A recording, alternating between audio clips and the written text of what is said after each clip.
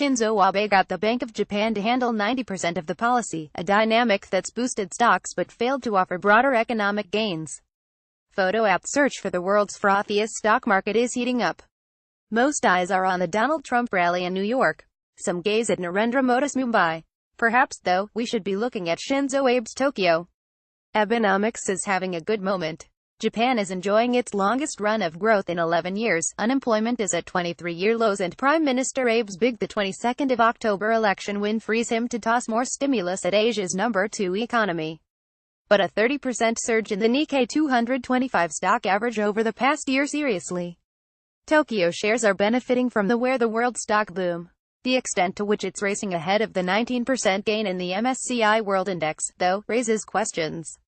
The bullish Nikkei case rests on 5 factors: continued Bank of Japan liquidity, extraordinarily cash-rich balance sheets, Japan Inc. finally getting serious about return on equity, U.S. President Trump's potential tax cuts boosting global growth, and Abe using his new mandate to accelerate structural changes. The first is right on. Abe's win means Bank of Japan Governor Haruhiko Kuroda is sure to get a second term in April and remain a huge buyer of government bonds and stocks viz exchange-traded funds. So is the second rationale.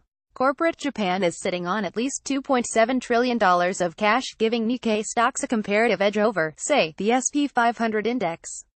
But justifications 3, 4 and 5 are either wishful thinking or complete fantasy.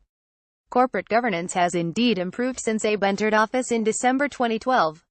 Japan implemented a style stewardship plan to inspire shareholder activism and urged corporate boards to include 2 outside directors. But these largely voluntary efforts lack teeth. They've been no match for insular practices serving up myriad scandals: Kobe Steel Ltd's dodgy data, Nissan Motor Co.'s quality control snaffus, Takata Corp.'s deadly airbags, Toshiba Corp.'s accounting shenanigans.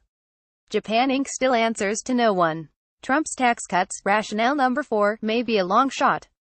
There's a reason Washington hasn't pulled off anything like what Trump envisioned since 1986. Few topics inspire more passion, anger and trepidation than taxes. It doesn't help that Trump is attacking on Twitter members of his Republican Party, whose votes hell need. And the chaos surrounding the Trump White House makes big, complicated legislative wins a tough slog. Bottom line, the chances of Trump repeating President Ronald Reagan's feat are worse than bulls from New York to Tokyo think.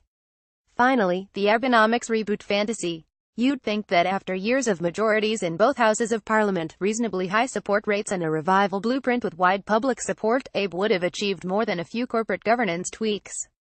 Abe got the Bank of Japan to handle 90% of the policy, a dynamic that's boosted stocks but failed to offer broader economic gains. Real wages rose just 0.1% in August following a 1.1% drop in July. The minuscule August gain, it's worth noting, was the first in 8 months. The reason the tightest labor markets in decades and healthy corporate profits aren't fattening paychecks is a lack of structural upgrades to cut red tape, loosen employment regulations, catalyze startups, empower women and relocate Japan's innovative mojo.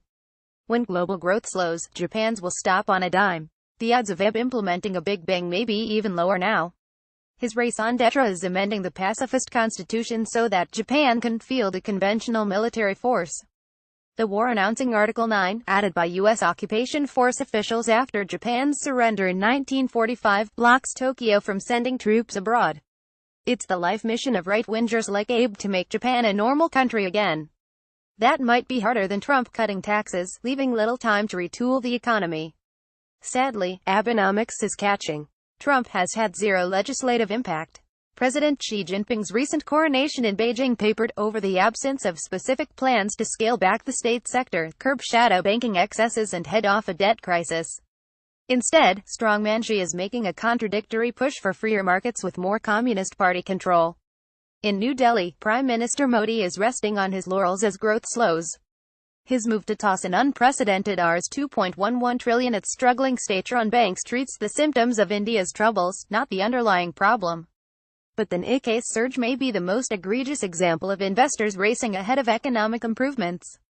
The Abenomics stimulus explosion helps, but it won't make corporate Japan more competitive, more inventive or more deserving the longest bull run in Japanese stocks on record.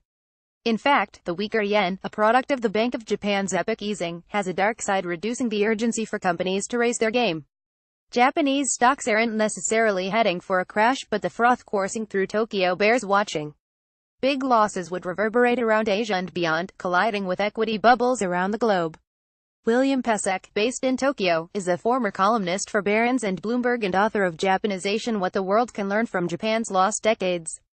His Twitter handle is @WilliamPesek.